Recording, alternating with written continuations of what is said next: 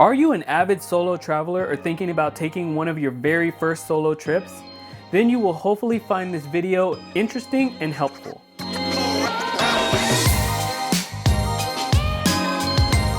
Hi, my name is Jared and welcome to The Five, where we share 5 interesting things in Black culture and society in every episode. Don't forget to subscribe and hit that bell so you can get notified when we release new videos.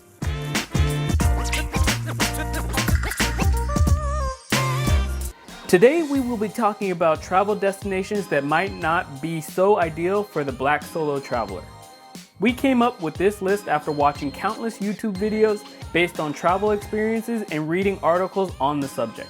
We are looking at some of the most common travel destinations, so please don't ask in the comments about countries that are, let's just say, might not be very travel friendly in general. This is not to discourage you from traveling at all, so keep that in mind. As always, if you agree or disagree with this list or you want to share your own personal experiences, let us know in the comments. We love hearing from you. Let's just jump right into the list.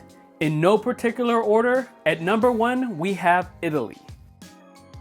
Italy has been a much-loved travel destination for years, but some research shows that it might not be such an ideal place to travel alone if you're a Black traveler.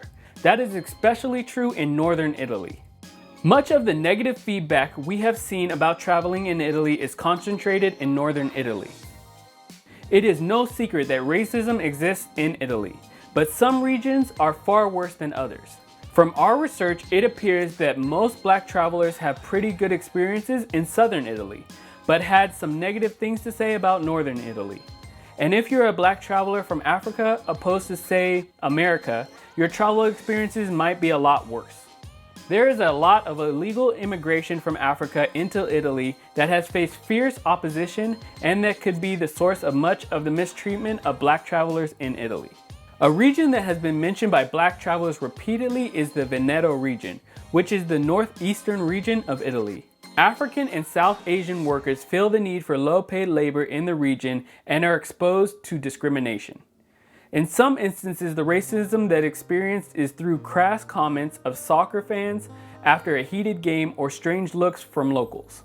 On YouTube, commentators share their experiences of being mistreated at a pizza shop in Rome, while another mentioned not being given the necessary attention for safety while riding a lift up a mountain. So when planning to travel through Italy, it might be a good idea to do it with a travel buddy, just to feel more secure. Number 2, China. China is in general a place where you have to know what you're getting yourself into, and that's why it's a popular destination for group tours. The biggest complaints from Black travelers about China is the amount of uncomfortable attention Black people get doing simply everyday things like walking down the street or dining at restaurants.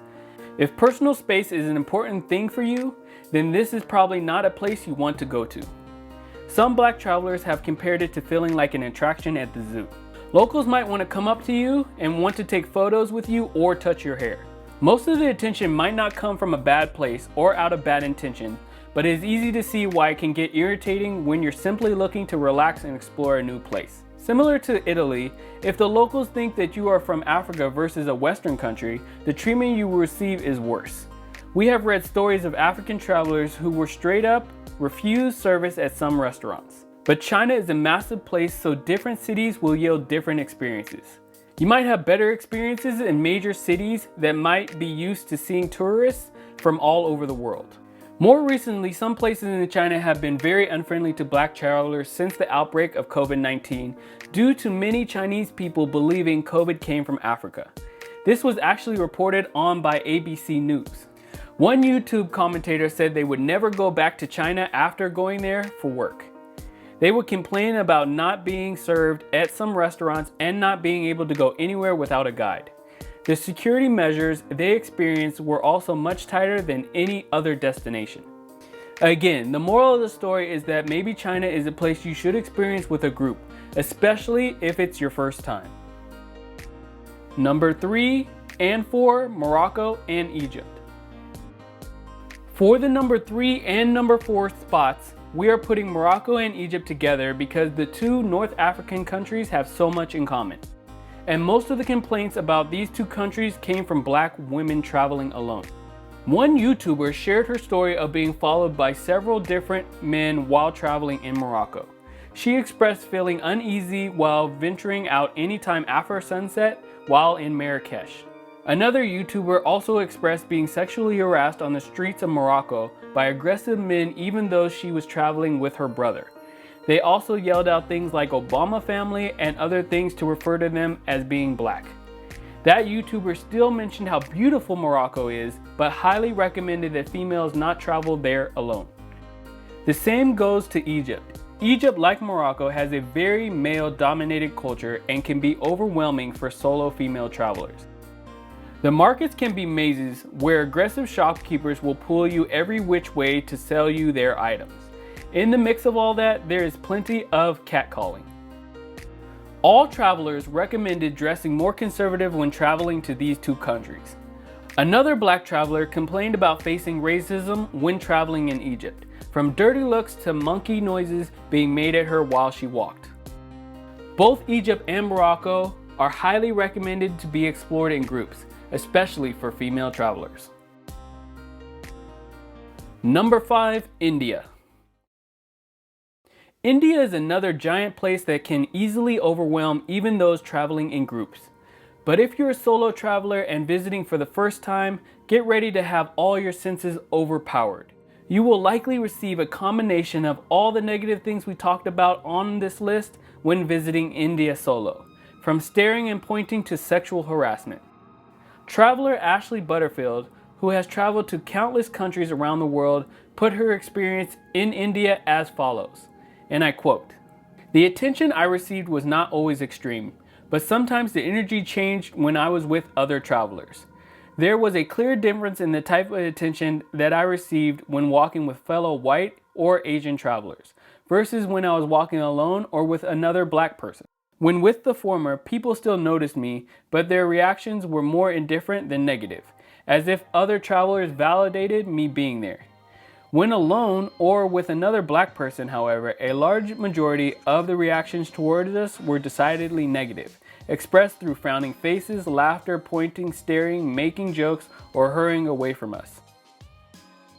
Colorism is a huge problem in India, even among the population there, so it is easy to see how that mentality can easily be transferred to mistreating tourists as well. Several travelers have shared their experiences of getting their hair pulled and even being asked crazy questions while traveling in India. A lot of Africans in Mumbai are considered drug dealers, and you might have trouble getting into certain places like clubs because you're black. People might walk up to you and take your picture and claim it's for their social media. When traveling in India, be very cautious and don't travel solo, especially if it's your first time. Remember that bad experiences are as much a part of traveling as good experiences.